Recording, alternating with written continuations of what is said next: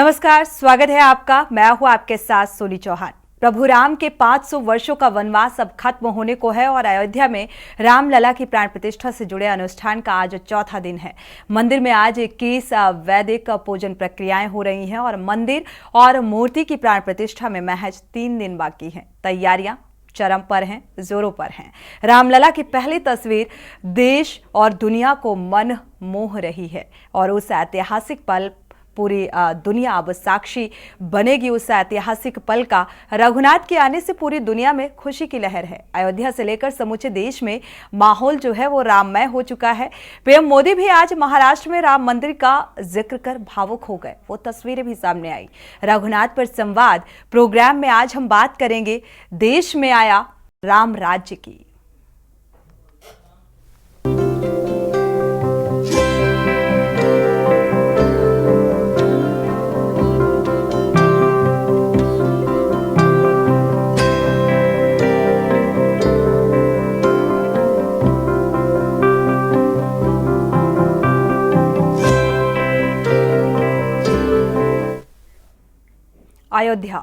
अयोध्या नगरी अब कलयुग में त्रेता जैसी नजर आ रही है।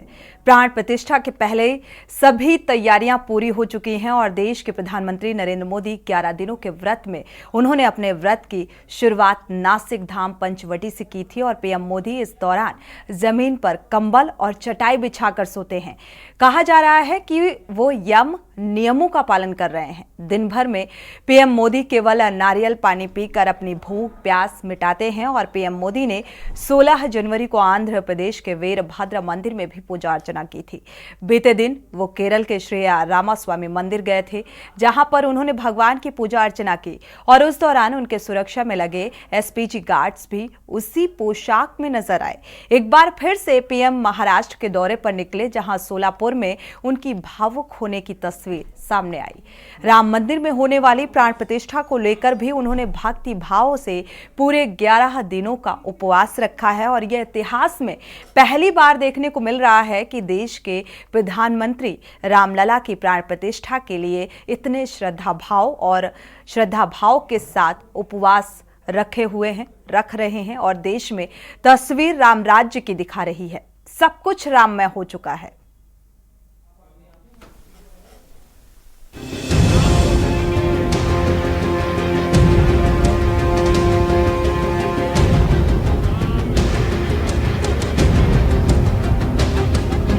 प्रधानमंत्री नरेंद्र मोदी महाराष्ट्र के सोलापुर में अपने बचपन में बिताए गए दिनों को याद कर एक बार फिर से भावुक हो गए और उन्होंने अपने बचपन के दिनों को याद कर कहा कि काश हम इस तरह के अच्छे घर में रह पाते। इससे पहले भी कई बार पीएम इसी तरह से अपने बीते जीवन को याद कर भावुक हुए हैं।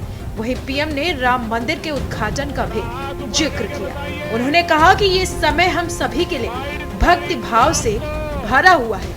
22 जनवरी को ऐतिहासिक क्षण आने वाला है। पीएम मोदी इतने कोमल मन के हैं, जैसे ही पीएम आवास योजना के तहत सबसे बड़ी सोसाइटी का लोकार्पण किया तो कहा, मैं देख कर आया हूँ कि काश बचपन में मुझे भी ऐसे घर में रहने का मौका मिला होता। इसी के साथ सोलापुर में पीएम ने कई प्रोजेक्ट की आधारशिला भी रखी और उद्घाटन भी किया। ये बात कहते हुए पीएम के आंसू निकल गए और वो कुछ सेकंड के लिए चुप हो गए। इसके बाद रूंधे गले से पीएम मोदी ने आगे कहा कि ये चीजें जब देखता हूं तो मन को इतना संतोष होता है कि हजारों परिवारों के सपने साकार हो रहे हैं और यही उनकी सबसे बड़ी पूंजी है। आज पीएम आवास योजना के तहत बनी देश की सबसे बड़ी सोसाइटी का लोकार्पण हुआ है और मैं जाकर के देख के आया। मुझे भी लगा कि काश मुझे भी बचपन में ऐसे घर में रहने का मौका मिला।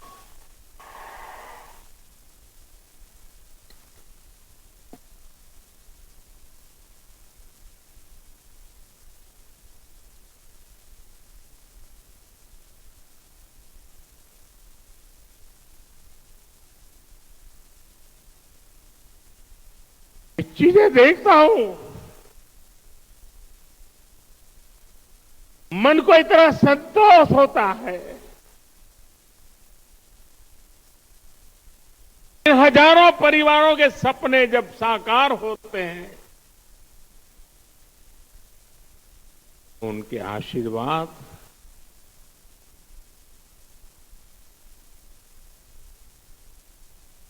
मेरी सबसे बड़ी पूंजी होते हैं।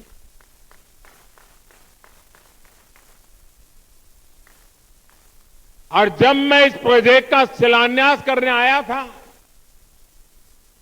तब मैंने आपको गारंटी दी थी कि आपके घरों की चाबी देने भी मैं खुद आऊंगा। आज मोदी ने ये गारंटी पूरी की है। आप जानते ही हैं, मोदी की गारंटी यानी गारंटी पूरा होने की गारंटी। अयोध्या में जैसे जैसे प्राण प्रतिष्ठा का समय नजदीक आ रहा है, वैसे वैसे पीएम मोदी प्रण की तरफ आगे बढ़ रहे हैं। 22 जनवरी को ऐतिहासिक क्षण आने वाला है, जब भगवान राम अपने भव्य मंदिर में विराजमान होंगे। सनातन धर्म के आराध्य के दर्शन टेंट में करने की जो दशकों पुरानी पीड़ा थी, अब दूर होने जा रही है। रामलला की प्राण प्रतिष्ठा से पहले कुछ संतों के मार्गदर्शन में पीएम मोदी अपने नियमों में व्यस्त हैं और उसका कठोरता से पालन कर रहे हैं। ये भी संयोग है कि पीएम के अनुष्ठान की जो शुरुआत हुई है, महाराष्ट्र के नासिक से पंचवटी की भूमि से हुई है। जब से मोदी सरकार बनी है तो देश में लग रहा है जैसे राम राज्य आ गया है। ये हम नहीं कह रहे, बल्कि श्री राम के आदर्शों पर चलते हुए देश में सुशासन हो, देश में ईमानदारी का राज हो। ये राम राज ही कि जिसने सबका साथ, सबका विकास, सबका विश्वास और सबका प्रयास की प्रेरणा दी है। 2014 में सरकार बनते ही पीएम मोदी ने कहा था कि मेरी सरकार गरीबों के लिए समर्पित सरकार है, इसलिए हमने एक के बाद एक ऐसी योजनाएं लागू की हैं जिससे गरीबों की मुश्किलें कम हो और जीवन उनका आसान बने। अब देखने वाली बात ये होगी कि आने वाले दिनों में देश के अंदर रामराज कायम रहेगा या फिर नहीं। तो राम राज्य की स्थापना को लेकर कई सवाल। अयोध्या का रुख करते हैं। सीएम योगी आदित्यनाथ अयोध्या पहुंचे हुए थे, इस बीच उन्होंने क्या कुछ कहा, सुनिए जरा। लेकिन जीवन में मर्यादा और संयम का क्या महत्व होता है, यह आज भी प्रभु ने हम सबको सिखाया।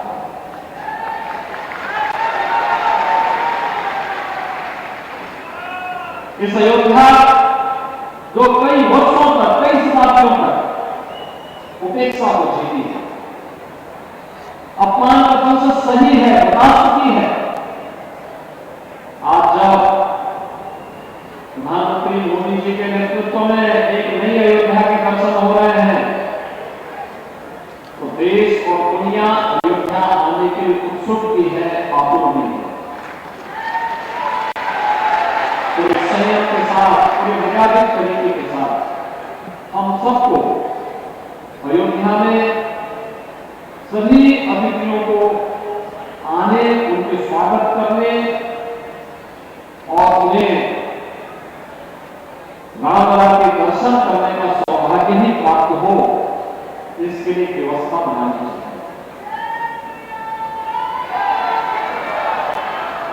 कोई भी ऐसा कार्य न करे जो संयम और मर्यादा का उल्लंघन माना जाता है। यह बात से ध्यान रखेंगे और मुझे पूरा विश्वास है कि आप सबकी शुभेच्छा से अयोध्या अपने नाम के अनुरूप अपने आप को साबित करेगी। मैं आज के इस अवसर पर जगत गुरु रामानंदाचार्य पूज्य स्वामी रामभद्राचार्य जी को उनके पावन जन्म महोत्सव, अमृत महोत्सव की इस पावन अवसर पर प्रदेश सरकार की ओर से, प्रदेश की जनमानस जनता की ओर से उनका हृदय से अभिनंदन करता हूं, उनके स्वस्थ और दीर्घ जीवन की कामना करता हूं, जिन्हें वह सर्वसम्मान के भाव के साथ एक लंबे समय तक उनका मार्गदर्शन और उनका आशीर्वाद प्रदेशवासियों पर, सनातन धर्मावलंबियों पर बना रहे, इस विश्वास के साथ प्रभु राम से उनके स्वस्थ और दीर्घ जीवन की कामना करते हुए अपनी वाणी को यहीं पे विराम देता हूं। जय जय सीताराम।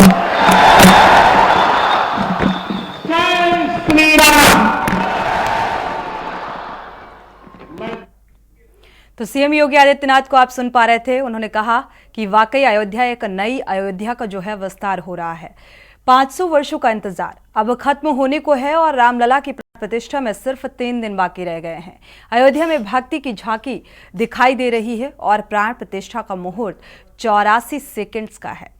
12 युगों का संयोग बन रहा है और बेहद शुभ इसे माना जा रहा है। जब प्रभु श्री राम का कलयुग का वनवास खत्म होगा, ये 3 तस्वीरें आपको दिखाते हैं आपके सामने। ये 3 तस्वीरें हैं टीवी स्क्रीन पर। 17 जनवरी की ये तस्वीर, जब रामलला को मंदिर परिसर में देर रात प्रवेश कराया गया था। भारी क्रेन की मदद से रामलला को मंदिर के प्रांगण में लाकर परिसर में रखा गया। दूसरी तस्वीर आप देख पा रहे हैं 18 जनवरी की, जब प्रभु राम के बाल स्वरूप की प्रतिमा को विधि विधान के साथ गर्भगृह में स्थापित किया गया था। और तीसरी तस्वीर बेहद महत्वपूर्ण रामलला की है, पहली झलक, जिसमें प्रभु राम का चेहरा पीले कपड़े से ढका हुआ है और ये 3 स्वरूप भगवान श्री राम की मूर्ति के हैं। अब बस इंतजार है 22 जनवरी का, जब राम जन्मभूमि में बने राम मंदिर की प्राण प्रतिष्ठा होगी। तो ये 3 तस्वीरें बेहद खास, और इसीलिए कहते हैं कि जन्म जन्म की खोज बताए, राम से चलकर राम पर आए। यानी कि कलयुग में त्रेता युग का आभास, और ऐसा ही अब महसूस होता हुआ नजर आ रहा है। यानी कि पूरा माहौल जो है वो राममय हो चुका है।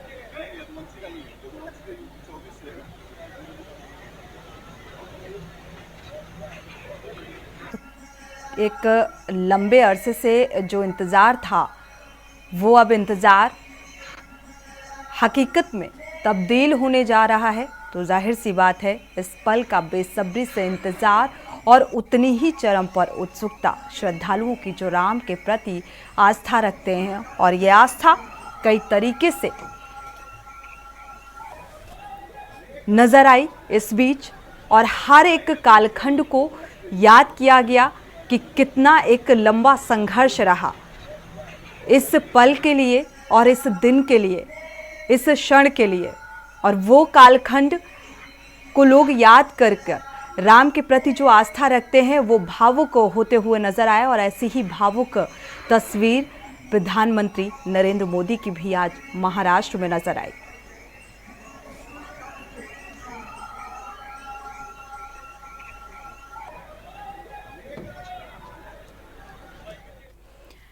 तो अयोध्या का एक नया विस्तार, और अब बहुत कम वक्त बचा है। और उस कम वक्त को लेकर अगर देखा जाए, हर एक व्यक्ति के जहन में, हर एक जन के मन में बस राम रघुराई आ रहे हैं। और इस तरीके की आगमन और प्राण प्रतिष्ठा को लेकर उत्सुकता, यानी कि जैसे दिवाली में लोग तैयारी करते हैं अपने घरों के बाहर और मेन गेट के बाहर रंगोली बनाते हैं। अयोध्या तो पूरी दुल्हन की तरह सजाई गई, लेकिन साथ साथ हर घर में आज तैयारियां इसी तरीके से की जा रही हैं कि मानो हर घर में राम विराजमान होने वाले हैं। और आज रघुनाथ पर संवाद में हम चर्चा भी करेंगे राम राज्य की स्थापना को लेकर, क्योंकि राम राज्य की स्थापना की जो शुरुआत है, जो आगाज है, ये हो चुका है। और इसी को लेकर हम खास मेहमान हमारे साथ जुड़े हुए हैं। आपका पहले परिचय कराते हैं।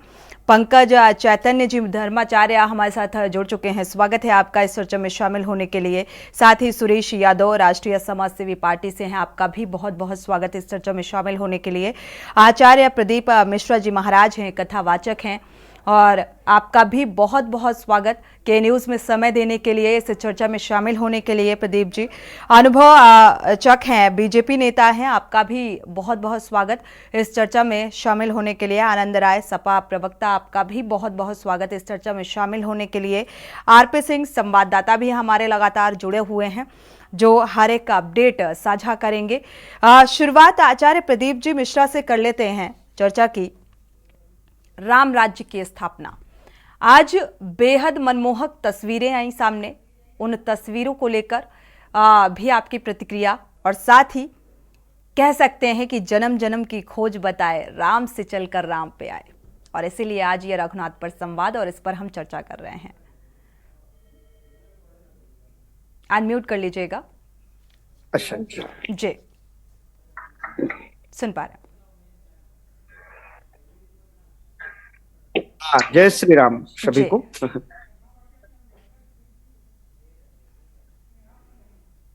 हेलो जी प्रदीप जी, सुन पा रहे हैं आपको। सुन रहे हैं जी। हमने कहा सबसे पहले तो जय श्री राम, क्योंकि पूरा विश्व आज जय श्री राम के उद्घोष से ही गुंजायमान हो रहा है। और निश्चित तौर पे जो ध्वनि निकल रही है, इससे हमारा एनवायरनमेंट, पर्यावरण एक नई ऊर्जा, नई पावर के साथ भारत देश उभर करके सामने आ रहा है, इसमें कोई संशय नहीं है। और जो प्राण प्रतिष्ठा की जो आप देखो अभी आपने जो चित्र जो दिखाए हैं, जो हमें जो प्राप्त हो रहे हैं, निश्चित तौर पे जो हमारी वैदिक परंपरा है उसके अनुरूप वहां के वैदिक आचार्यों के द्वारा, सभी धर्माचार्यों के द्वारा दिव्य अनुष्ठान प्रारंभ हो चुका है, कर रहे हैं। और केवल धर्माचार ही नहीं, अपितु जैसा आप बता रहे हमारे माननीय प्रधानमंत्री जी, हमारे जो देश के राजा हैं, वो भी उस अनुष्ठान में पूर्ण सहभागी बनकर के, चूंकि जब भगवान राम जी को राजा बनाना था तो वशिष्ठ जी ने भी कहा था कि राम करो तो सब संजब आजू, क्योंकि किसी भी पद प्रतिष्ठा को प्राप्त करना बिना संयम के संभव नहीं है।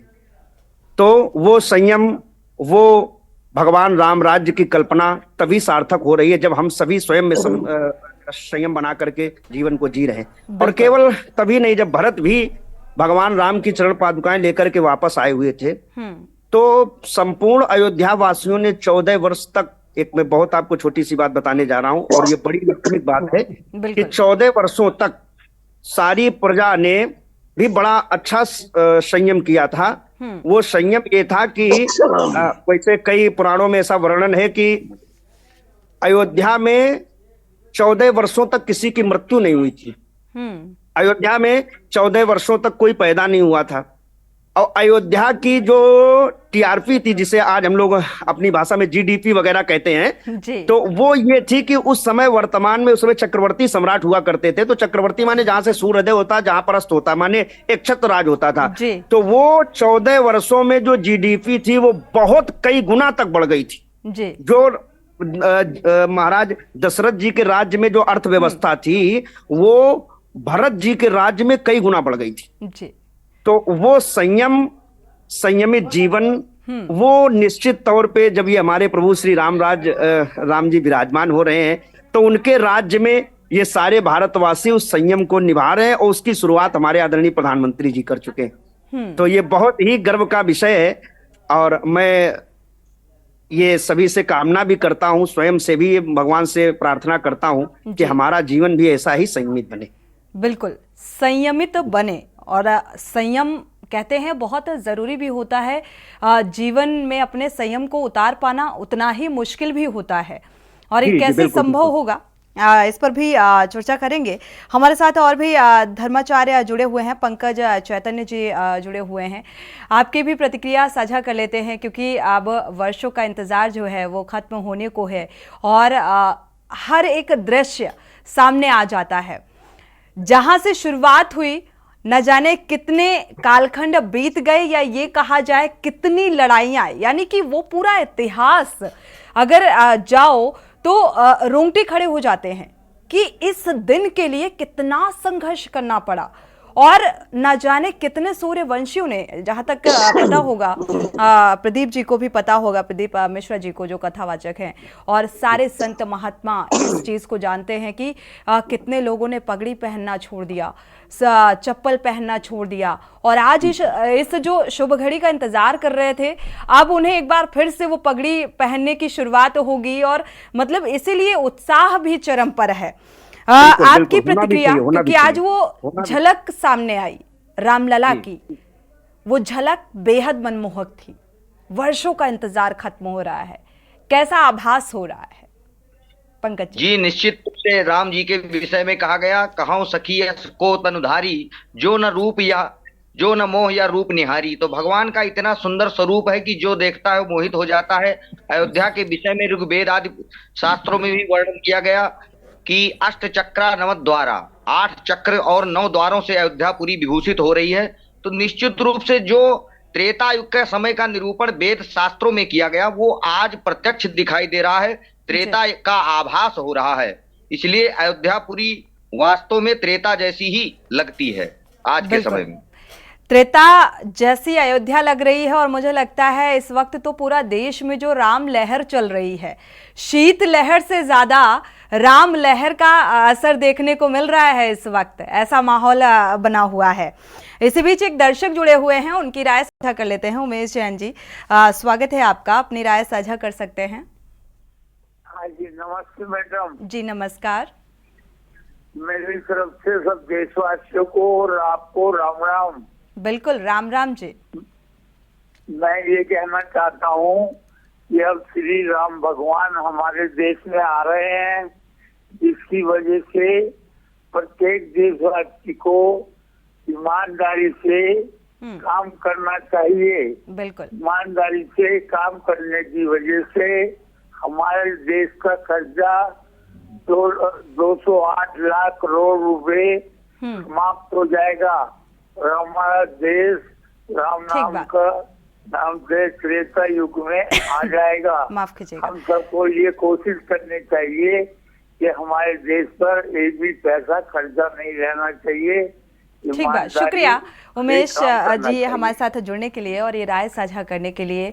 बेहद महत्वपूर्ण राय है, दर्शक जुड़ सकते हैं, अपने राय साझा कर सकते हैं, क्योंकि राम में माहौल है। रघुनाथ पर संवाद हमारा जारी रहेगा। एक छोटे से ब्रेक का वक्त है, रुकेंगे एक छोटे से ब्रेक के लिए।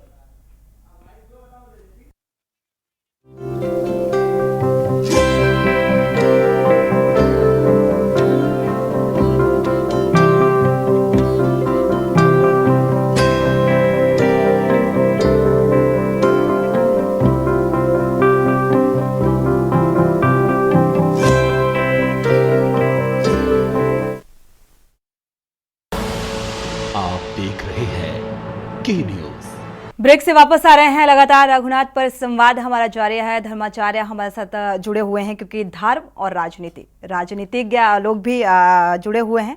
बीजेपी से प्रवक्ता अनुभव जी भी जुड़े हुए हैं। एक बार समाजसेवी का रुख कर लेते हैं, सुरेश यादव जी का। सुरेश यादव जी, चूंकि आप समाजसेवी भी हैं और देखा जाए अभी अपने आसपास या समाज में किस तरीके की राम लहर देख पाए, और जो आज तस्वीरें सामने आई, और इन तस्वीरों को देखते हुए क्या कुछ शब्द निकल पा रहे हैं, क्या कहेंगे? अनम्यूट कर लीजिएगा जी। अयोध्या जनपद का मैं समाज सेवी हूँ जी। मैंने माना था जिस दिन भगवान राम का मंदिर बनकर तैयार होगा, उसके पहले मैं राम भक्तों को 50,000 कमल वितरण करने का काम हमारी समाज सेवी संस्था करेगी अयोध्या में। और वो काम मेरा पूरा हो गया है। इस ठंड से बचाने के लिए जो है कि किस तरीके से जो है किसी को कोई किसी प्रकार की दिक्कत ना हो, और भगवान राम का मंदिर बनकर तैयार है। 22 तारीख का प्राण प्रतिष्ठा होगा, और देश के प्रधानमंत्री मोदी जी और उत्तर प्रदेश के यशस्वी मुख्यमंत्री योगी आदित्यनाथ जी जिस तरीके से जो है अयोध्या जनपद को चमकाने का काम किया, विश्व पटल पर पहुंचाने का काम किया, इसके लिए मैं हमारी समाज सेवी संस्था पूरा जोर उनका समर्थन करती है। बहुत बहुत धन्यवाद उनको देती है। वाह वाह वाह वाह वाह, बहुत सुंदर बहुत सुंदर। चलिए, ये है राममय लहर। ये कोई जाति, न कोई विशेष, न कोई रामराज बैठे तो लौका हर्षित भय गए। हमारे जितने भी लोग हैं राम भक्तों के लिए लगे हुए हैं सेवा में, संस्था के जितने भी लोग हैं, जात मजहब सबसे हटकर काम कर रहे हैं। भगवान राम सबके हैं, और सबके लिए उन्होंने काम किया था। त्रेता युग में जो है, चाहे असहाय गरीबों के लिए काम किया था, उसी तरीके हमारी समाज सेवा की संस्था काम कर रही है।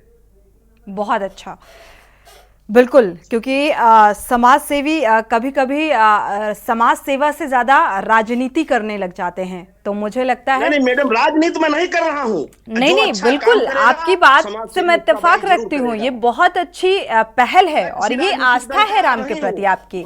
बिल्कुल, एक बार अयोध्या का रुख कर लेते हैं। हमारे संवाददाता भी जुड़े हुए हैं, आरपी सिंह। आरपी सिंह, अगर अयोध्या का जिक्र करें, क्या कुछ माहौल नजर आ रहा है, क्या कुछ तैयारियां नजर आ रही हैं, क्योंकि अब दिन बहुत कम बचे हैं? पहले तो मैं दर्शकों को बताना चाहूंगा, रामनगरी अयोध्या जो है राममय है, राममय वातावरण में परिवर्तन हो चुकी है। जैसे भगवान राम जब 14 बरस बर्बाद काट के आए थे, तब वो जो उत्साह था, उससे ज्यादा उत्साह यहाँ रामनगरी अयोध्या में है, क्योंकि हर जगह जो है रंगोली मनाई जा रही है, राम आएंगे तो अंगना सजाएंगे, वो कहानी है। और यहाँ से अपील की जा रही है कि जला दो घर में दीप, मेरे प्रभु राम आने वाले हैं। तो वो समय है रामनगरी अयोध्या का। यहाँ पे जितना वर्णन किया जाए उतना कम है। ये त्रेता पूरा विश्व जो है आगाज कर रहा है इसमें रामनगरी अयोध्या में। चाहे अमेरिका मना रहा है, विश्व के हर देश बना रहे हैं, ये है राम की नगरी अयोध्या। तो यहाँ से जो संदेश जा रहा है, पूरी राममय वातावरण में परिवर्तन होता जा रहा है। आप अयोध्या जिधर निगाह डालेंगे, चंदन से लेकर के और कपड़े से लेकर के सब में रामराज और राममय नजर आ रहा है। तो यहाँ पे जो वातावरण आप जितना बखान किया जाए उतना कम है। और क्यों ना, भगवान राम ने तो हमें जीना सिखाया, भगवान ने हमें मर्यादा सिखाया, भगवान ने हमें माता के प्रति क्या कर्तव्य हो तो ये सिखाया। तो उनका जितना वर्णन किया जाए उतना कम है, और जितना कहा जाए उतना कम है। ये है राम की नगरी अयोध्या। बिल्कुल आरपी सिंह, और भी अपडेट आपसे लेंगे कि क्या कुछ तैयारियां, क्योंकि सुरक्षा व्यवस्था भी एक बड़ी चुनौती है, क्योंकि भारी तादाद में जो राम भक्त हैं और जिन्हें आमंत्रित किया गया है वो यहाँ पहुंचेंगे, उनको लेकर किस तरीके की व्यवस्था है, इसको लेकर भी आगे हम आपसे बात करेंगे। हमारे साथ सपा प्रवक्ता भी जुड़े हुए हैं, एक बार रुख कर लेते हैं आनंद राय का। आनंद राय जी, क्या कुछ मन में चल रहा है आपके, क्योंकि राम के प्रति आस्था और राम के प्रति भक्ति, धर्म, और दूसरी तरफ राजनीतिक जो बयानबाजी है वो भी निकल कर सामने आ रही है, तो राम पर राजनीति। जी सभी को नमस्कार।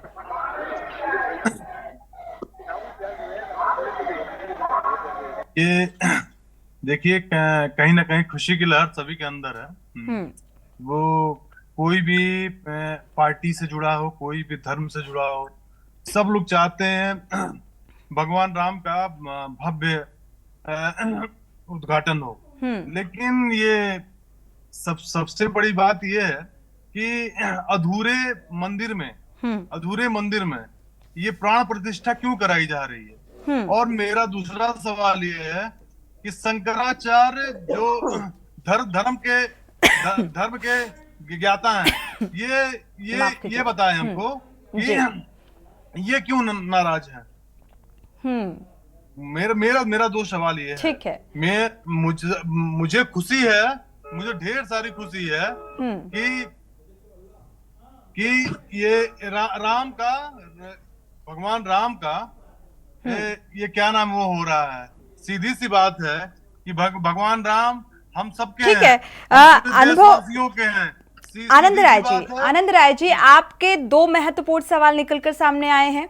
एक तो मंदिर इनकम्प्लीट है। आते हैं प्रदीप मिश्रा जी, आपसे ही आपके पास ही आएंगे और आपसे ही जवाब लेंगे, क्योंकि मुझे लगता है ये विषय जो है धर्माचार्यों का, उन पंडितों का है जो विशेष तौर पर ये एक विचार करते हैं मुहूर्त को लेकर, या किस मुहूर्त में मूर्ति की स्थापना होनी चाहिए। तो मुझे लगता है ये विषय उनका है, राजनीतिज्ञों का नहीं है या किसी नेता का नहीं है।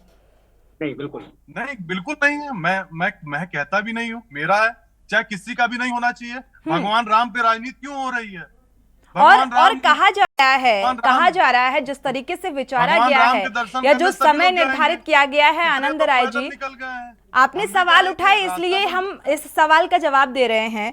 और हम प्रदीप मिश्रा जी का भी रुख करेंगे कि ये जो लगातार पार्टियां, राजनीतिक पार्टियां ये सवाल उठा रही हैं, शंकराचार्य की बातों का हवाला भी दिया जा रहा है। ठीक है, उनके अपने कुछ सवाल रहे महत्वपूर्ण, और हालांकि इसको रोकने को लेकर एक हाईकोर्ट में याचिका भी दाखिल कर दी गई, गाजियाबाद के एक शख्स ने दाखिल की है।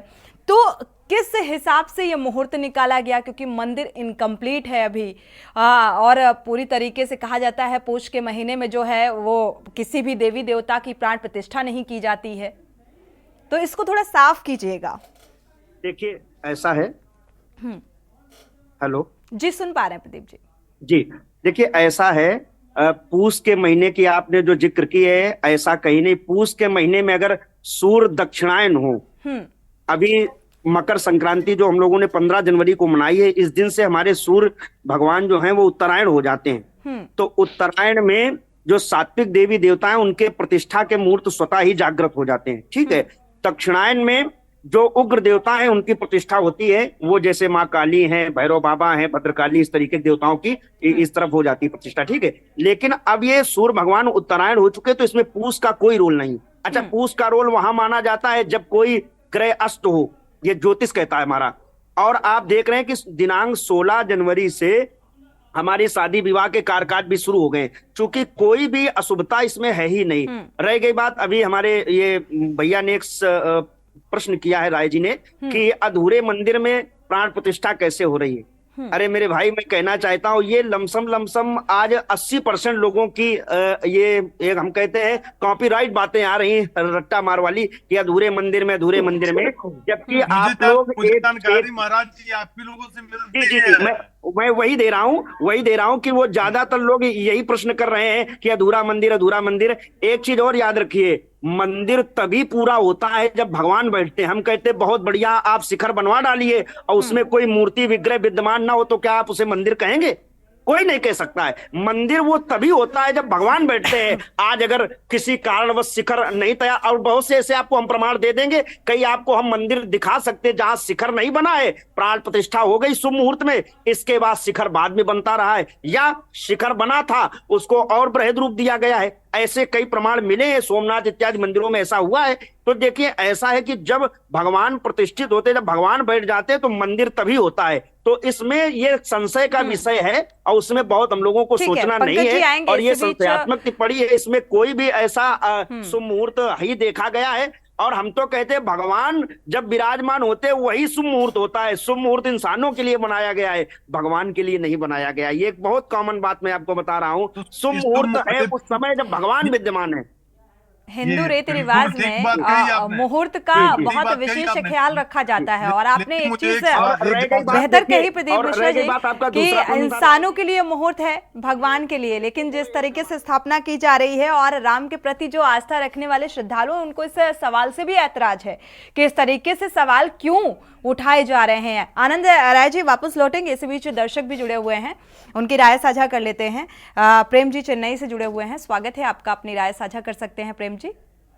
नमस्कार मैम जी। मैम, अयोध्या तो देख के हमारी समझ में ऊपर में बैठे हुए हमारे देवी देवता भी तरफ गए होंगे कि 22 तारीख को हम भी अयोध्या चले देखने के लिए कि इतना सुंदर श्रृंगार हुआ है भगवान राम का। लेकिन दूसरी तरफ जो राजनीति की आप बात कह रहे हैं, ये मुद्दा जो उठाया गया है ये गलत उठाया जा रहा है। जो नहीं आ रहे हैं उनके लिए बारी बारी क्यों मुद्दा उठाया जा रहा है? बुलाया तो मेरे को भी नहीं गया, आपको भी नहीं बुलाया गया, आपने तो मुद्दा नहीं उठाया। बहुत सारे कार सेवक जिन्हें आज सम्मानित किया जा रहा है उनको भी निमंत्रण नहीं मिला, लेकिन वो इस बात से खुश हैं कि आज वो दिन आ गया जिसके लिए उन्होंने संघर्ष किया था। शुक्रिया हमारे साथ जुड़ने के लिए। अगले दर्शक गिरीश शुक्ला जी जुड़े हुए हैं, स्वागत है आपका, अपनी राय साझा कर सकते हैं गिरीश जी। मैं देश के लोगों को ये बताना चाहता हूँ कि 500 साल से युद्ध चल रहा था, मान लीजिए, युद्ध में मुहूर्त देख के काम नहीं होता है। जब इस पे मूर्ति रखी गई तब भी मुहूर्त नहीं देखा गया, जब पट्टा वाले भगवान बनाए बंसी वाले ने तब भी मुहूर्त नहीं देखा गया। आज भी मुहूर्त देखने की जरूरत नहीं है। ये युद्ध में विजय प्राप्त करने के बाद जो कब्जा मिला है, जब कब्जा मिला है हम उस पर कब्जा करेंगे। और रह गया मंदिर का अधूरा या पूरा, ये सब बेकार की बातें हैं। गर्भगृह बन गया है, बस बन गया तो गर्भगृह में मूर्ति रखी जा रही। 67 एकड़ का बिल्डिंग एक साथ नहीं बन सकता। शंकराचार्य का अपना असंतोष है, इसलिए वो खिलाफत कर रहे हैं कि उनको सम्मान नहीं दिया। यहाँ के जो शंकराचार्य थे उनको उनसे जाके मिल करके उनसे प्रेम पूर्वक व्यवहार करना चाहिए, तो मना के उनको लाना चाहिए था, नहीं लाए तो ये इनका काम है। परंतु ये इसमें कुछ भी गड़बड़ नहीं है। और मैं नरेंद्र मोदी जी से अनुरोध करता हूँ पर्सनल कमेंट देना बंद करें, और सोनिया गांधी से अनुरोध करता हूँ तत्काल इस मंदिर में जाके परिवार से दर्शन करें। ये जो बनी है मंदिर, ये उनके दादा गुरु के गुरु शुक्रिया आपका, बहुत बहुत शुक्रिया। दर्शक जुड़ सकते हैं और अपनी राय साझा कर सकते हैं। ये सीधा सीधा जब कोई सवाल उठाता है और भगवान के प्रति जो आस्था है उस पर कुठाराघात का काम करती हैं ये बातें, जिस तरीके से राजनीति होती हुई नजर आ रही है। आनंद राय जी, आपकी बात अगर पूरी हो गई हो तो हम आगे बढ़ जाते हैं। मुहूर्त को लेकर जो आपका सवाल था वो मुझे लगता है थोड़ा सा क्लियर हो गया होगा, लग रहा है। इस पे सीधी सी बात है, सभी नेशनल मार्ग बंद कर दिए गए हैं और इस पे हमें जहां तक लग रहा है, मेरे हिसाब से, मेरी व्यक्तिगत राय है जी, इस पे टोटली राजनीति हो रही है। इस पे टोटली राजनीति हो रही है। भगवान को देखने के लिए रास्ता बंद कर देंगे। भगवान को अपने मन में रख रहे हैं। इससे ये क्यों ये चुनावी बिगुल बजा रहे हैं, चुनावी समीकरण पे ये जा रहे हैं, तो ये कहीं ना कहीं लोगों को भावना को ठेस। कांग्रेस ने जिस चीज का जिक्र किया कि ये बीजेपी और आरएसएस का इवेंट है इसलिए हम नहीं जा रहे हैं, ये साफ तौर पर कांग्रेस ने कहा है। और ये कांग्रेस का है, लेकिन मैं मेरा व्यक्तिगत है ये कि मैं पार्टी की उस पर नहीं बोल रहा हूँ। मैं बोल रहा हूँ कि ये सीधे ये कहीं ना कहीं ये चुनावी, चलिए आपके हिसाब से ये चुनावी एजेंडा है, चुनावी मुद्दा है, ठीक है। हमारे साथ इसी बीच एक दर्शक जुड़े हुए हैं, राय साझा कर लेते हैं। इसके बाद बीजेपी प्रवक्ता भी हमारे साथ जुड़े हुए हैं, अनुभव जी रुक करेंगे। सुरेश अवस्थी जी जुड़े हुए हैं कानपुर से, स्वागत है आपका, अपनी राय साझा कर सकते हैं सुरेश जी। सोनी जी, मैं ये कहना चाहता हूँ, सोनी जी मैं ये कहना चाहता हूँ, जिन्होंने कार सेवकों के ऊपर गोली चलवाई थी अयोध्या के अंदर, ऐसे लोग के हाथ तो खून से रंगे हुए हैं, वो राम की बात क्या करेंगे? जो हमारे शहीद हो गए कार सेवक अयोध्या के मुद्दे में, ऐसे लोग जिनके खून से हाथ खड़े हुए, वो ऐसे राजनीति नहीं कर सकते। उनको भगवान श्री राम अभी उनको सत्ता से बेदखल करेंगे और 24 में उनको हार माननी पड़ेगी। ठीक है, शुक्रिया हमारे साथ जुड़ने के लिए। अगले दर्शक मुंबई से जुड़े हुए हैं, अजय जी, स्वागत है आपका, अपनी राय साझा कर सकते हैं।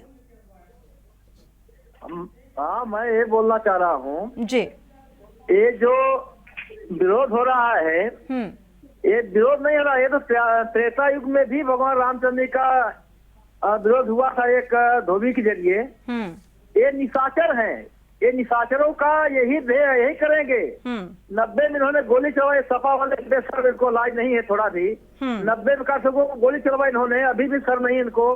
कांग्रेस वाले शुरू से आज तक विरोध करते आए, मंदिर न बने न बने न बने, अब बन गया तो इनको सर तो है नहीं, एक बेशर्म है, ये निशाचर हैं, ये हमेशा विरोध करते रहेंगे। भगवान राम कुछ नहीं बिगाड़ पाएंगे। मंदिर ये भी बना, मंदिर अयोध्या में तो बना ही बना है, अभी मथुरा काशी में भी मंदिर बनेगा। ठीक है, ये निशाचर चिल्लाते अभी अयोध्या की बारी, फिर इसके बाद मथुरा काशी। शुक्रिया हमारे साथ जुड़ने के लिए और ये राय साझा करने के लिए। हमारे साथ लगातार प्रदीप जी भी जुड़े हुए हैं, सुरेश यादव जी भी जुड़े हुए हैं। एक बार रुक कर लेते हैं सुरेश यादव जी का। सुरेश यादव जी, जिस तरीके की राजनीतिक बातें निकलकर सामने आ रही हैं और आज प्रधानमंत्री नरेंद्र मोदी भी बहुत ज्यादा भावुक हो गए और वो भावुकता दिखी तस्वीरों में कि कितना लंबा संघर्ष जो है आज सार्थक होने जा रहा है। और शायद ये पहली बार है कि जब प्रधानमंत्री इस तरीके से 11 दिन का अनुष्ठान कर रहे हैं, उन सारे नियमों का पालन कर रहे हैं इस पल के लिए, और एक तरफ ये राजनीति। मैंने सबसे पहले बात एक रखी थी, राम करो सब संयम आजू। वशिष्ठ जी ने राम जी से भी कहा था कि राम जी आप संयम करिए। देखो, जिसका जीवन संयमित होता है, और आपने भी उस बात को कही, संयम करना कोई सरल नहीं है। संयमित जीवन वही जी सकता है जिसके जीवन में त्याग, तपस्या और भाव हो, सद्भाव हो, जिनके जीवन में वही संयमित जीवन जी सकते हैं। तो अगर व्यक्ति संयम कर रहा है तो निश्चित तौर पे उसका स्वागत है और करना चाहिए। केवल वही नहीं, वो आज हमारे देश के प्रधानमंत्री हैं, पदस्थ हमारे राजा हैं, राजा भगवान का स्वरूप होता है, हम तो उनमें यही मानते हैं।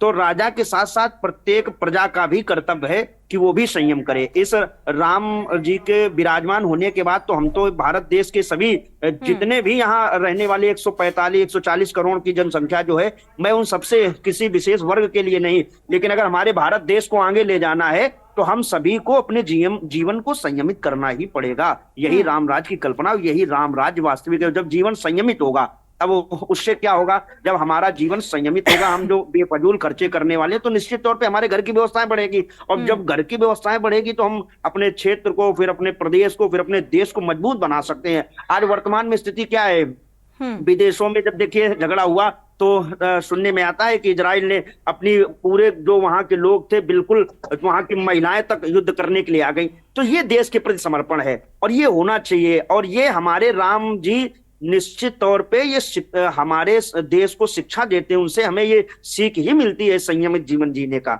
और जब जीवन संयमित होगा तो निश्चित तौर पे हम बढ़ेंगे, हमारा परिवार बढ़ेगा, जिस तरीके से राजनीतिक बयानबाजी निकलकर सामने आ रही है प्रदीप मिश्रा जी, आपको लगता है संयमित और राम राज्य स्थापित हो पाना इतना आसान होगा, और आज की युवा पीढ़ी तो उसको संयमित बना पाना क्या आसान होगा? एक दर्शक जुड़े हुए हैं, उनकी राय पहले साझा कर लेते हैं। प्रभुनाथ जी जायसवाल जुड़े हुए हैं, स्वागत है आपका, अपनी राय साझा कर सकते हैं। उसको संयमित बना पाना क्या आसान होगा? एक दर्शक जुड़े हुए हैं, उनकी राय पहले साझा कर लेते हैं। प्रभुनाथ जी जायसवाल जुड़े हुए हैं, स्वागत है आपका, अपनी राय। प्रभुनाथ जी, अगर आप सुन पा रहे हैं जायसवाल जी, तो आप टीवी का वॉल्यूम कम कर लीजिए, इसके बाद अपनी बात को रखिए। जय श्री राम जी। राम राम जी, राय साझा कर सकते हैं जी। अयोध्या में बहुत खुशी, हम लोग जमशेदपुर टाटा नगर से बोल रहे हैं जी। हम लोग भी 22 तारीख को अपने पूरे मोहल्ले में दीपावली मनाएंगे और भगवान राम का कीर्तन होगा। और देखिए, जब कोई शुभ काम होता है तो राक्षस तो आते ही है ना, इसीलिए तो मंत्र का उच्चारण होता है भगाने के लिए। तो कुछ राक्षस आएंगे बीच बीच में, लेकिन उसके लिए हम लोग भी हैं, ब्राह्मण देवता हैं, भगवान मेरे राम खुद आ रहे हैं, तो लोग आएंगे और चले जाएंगे, और हम लोग दीप और खुशी हर्षोल्लास के साथ मनाएंगे। बिल्कुल, शुक्रिया हमारे साथ जुड़ने के लिए। महाराष्ट्र से अगले दर्शक जुड़े हुए हैं, स्वागत है आपका, अपना नाम बता दीजिए और इसके बाद अपनी बात को रख सकते हैं आप।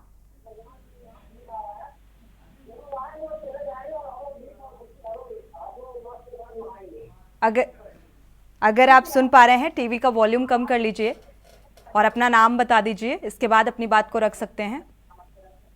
जी हाँ मैडम जी। हेलो, टीवी का वॉल्यूम कम कर लीजिए जी, कहिए, अपनी राय रख सकते हैं। जी, मैं महाराष्ट्र से बोल रहा हूँ, कोल्हापुर डिस्ट्रिक्ट से। जी, सुन पा रहे हैं आपको। हेलो जी, सुन पा रहे हैं, अपनी बात को पूरा करिए। हाँ जी मैडम। हेलो, चलिए, फिलहाल दर्शकों से ये अनुरोध भी करेंगे कि वो जब भी कॉल करते हैं, अपनी बात को रखते हैं, राय को रखते हैं, तो टीवी का वॉल्यूम ज़रूर कम कर लिया करें, इसके बाद ही अपनी बात को रखेंगे तो आसानी से हम आपकी बात को सुन पाएंगे।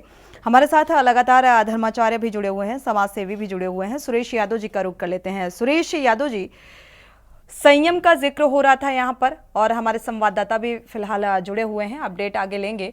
सुरेश जी, जिस तरीके की बातें निकलकर सामने आ रही हैं, राम राज्य की स्थापना की शुरुआत हो चुकी है, आगाज हो चुका है, निमंत्रण को लेकर भी देखा जाए तो कई तरीके की पॉलिटिकल बयानबाजी निकलकर सामने आई, और इसके बाद वो तमाम कारसेवक जो उस कालखंड में या उस दौरान उस पल मौजूद रहे, उन्होंने सारा कुछ देखा अपनी आंखों से या उस संघर्ष का हिस्सा रहे, उन्हें भी आमंत्रित नहीं किया गया, लेकिन वो खुश हैं इस बात से कि क्योंकि आज रामलला जो है वो विराजमान होने जा रहे हैं।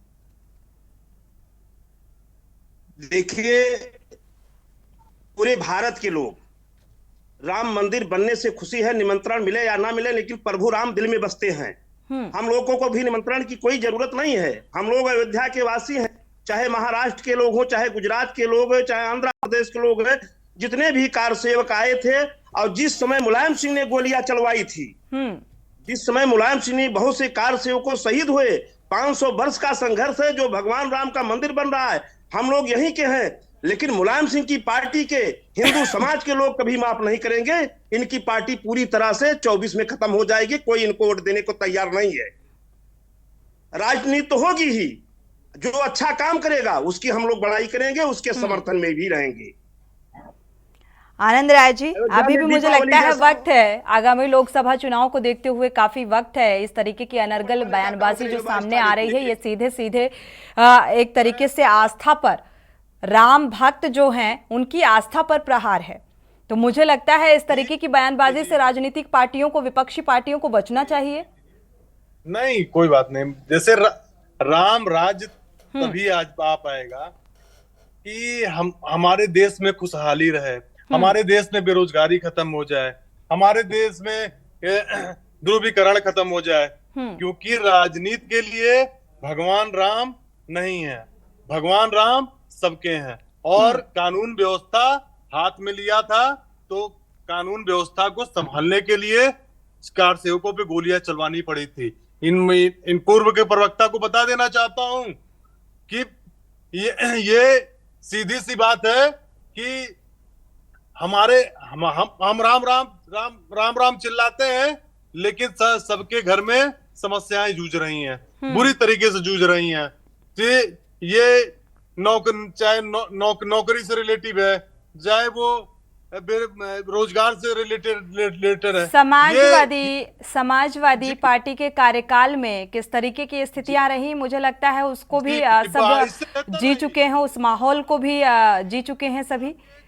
और आप ही के पार्टी के अगर स्वामी प्रसाद मौर्य के बयान का जिक्र करें तो वो अराजक तत्व कह देते हैं कार सेवकों को। इस तरीके की अनर्गल बयानबाजी सामने आ जाती है। जी, अभी एक आपके चैनल पे एक ऑडियो पूरी तरह के सफाई हो जाएगा इनकी पार्टी का। सुना हूं मैं कि 208 लाख करोड़ का कर्जा हो गया है। 208 लाख का करोड़ का कर्जा कैसे खत्म होगा, इसका जवाब चाहिए। अगर दे पाए तो ये बताएं कहां ठीक है, अभी समय है, विपक्षी पार्टियों के पास भी समय है, लोकसभा चुनाव होना है, इसको लेकर ये महत्वपूर्ण बिंदु हैं। महंगाई, बेरोजगारी, ये तमाम ऐसे मुद्दे हैं जिन मुद्दों को लेकर आम जनमानस के बीच में विपक्षी पार्टियां जा सकती हैं आसानी से।